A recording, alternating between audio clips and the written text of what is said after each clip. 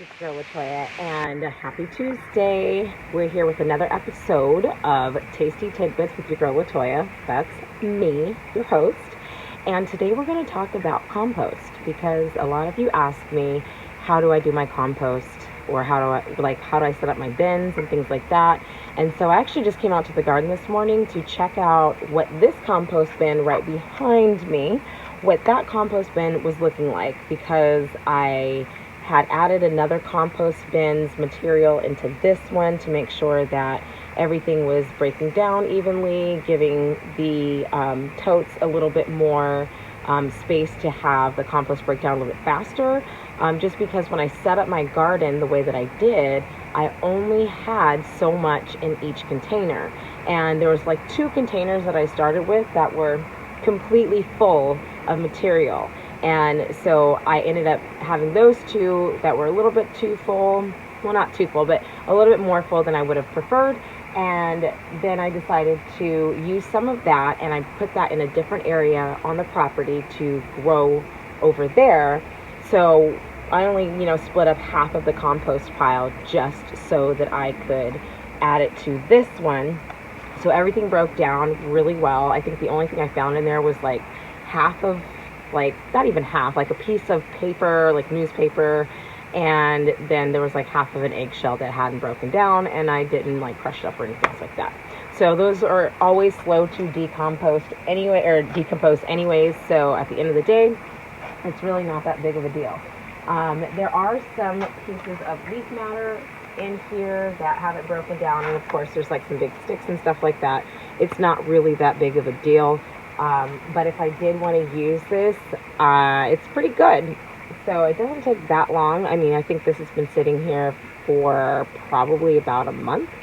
And I honestly don't know because I didn't actually keep track of that. So it is what it is. Like sometimes you just forget to record the steps of what you're doing, right?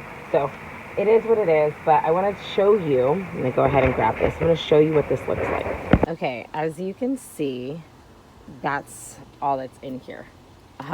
The only thing that I put in here was paper, weeds that are around the yard that we have, and of course the avocado leaves that you see right in here, just because we have a avocado tree in the back that gives us free mulch all year long, which is really great. So whether we're trimming the tree down or, like taking off the dead branches and removing those out of the way, and of course during the end of the season, like right now, I have to sweep every single day. Like twice a day I'm sweeping, just so that I can make sure that all of those leaves don't end up in the pool, and keeps the filters nice and clean. So as you can see, there is some living matter crawling around in there, and I'm actually going to water this because it's looking like it might need a tad bit of a sprinkle of water. It's not super dry at all, but I definitely took this broad fork here and I went ahead and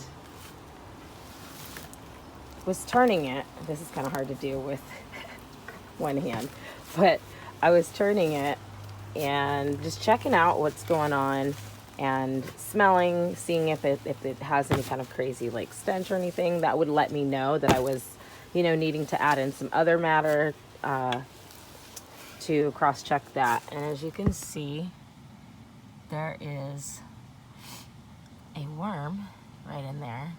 So I'm usually pretty careful, I don't like tussle this too much.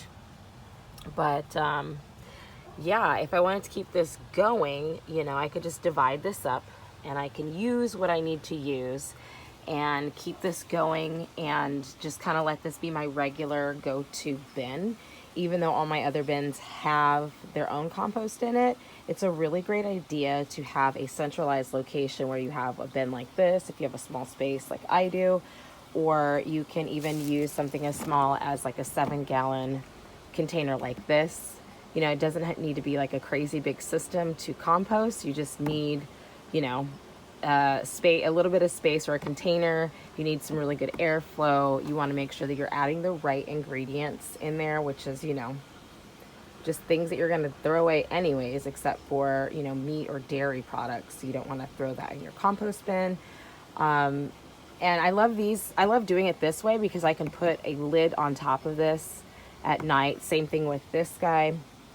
I can put a lid on top of this and make sure that nothing is actually going to dig through my compost bin. So that's a way that I avoid that, you know what I mean? Or I make that a preventable measure.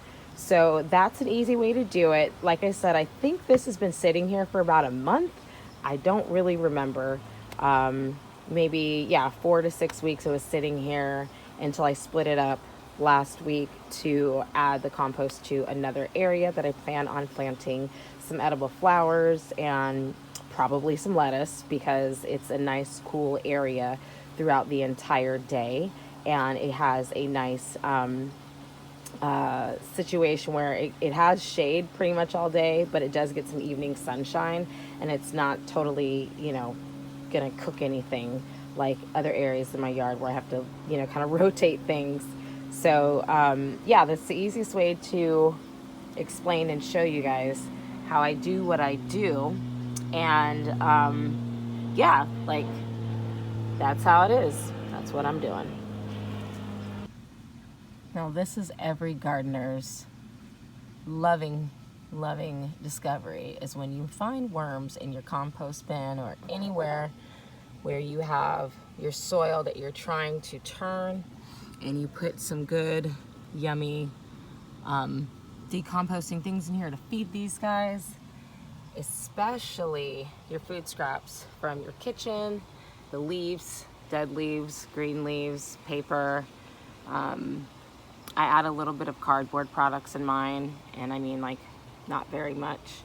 But yeah, I have been kind of figuring out this whole composting system now for quite some time, and I've been asking, or I've been answering a lot of questions to a lot of my friends that have asked me about gardening, how-tos, and what not to do, especially because most people think that they can't grow anything.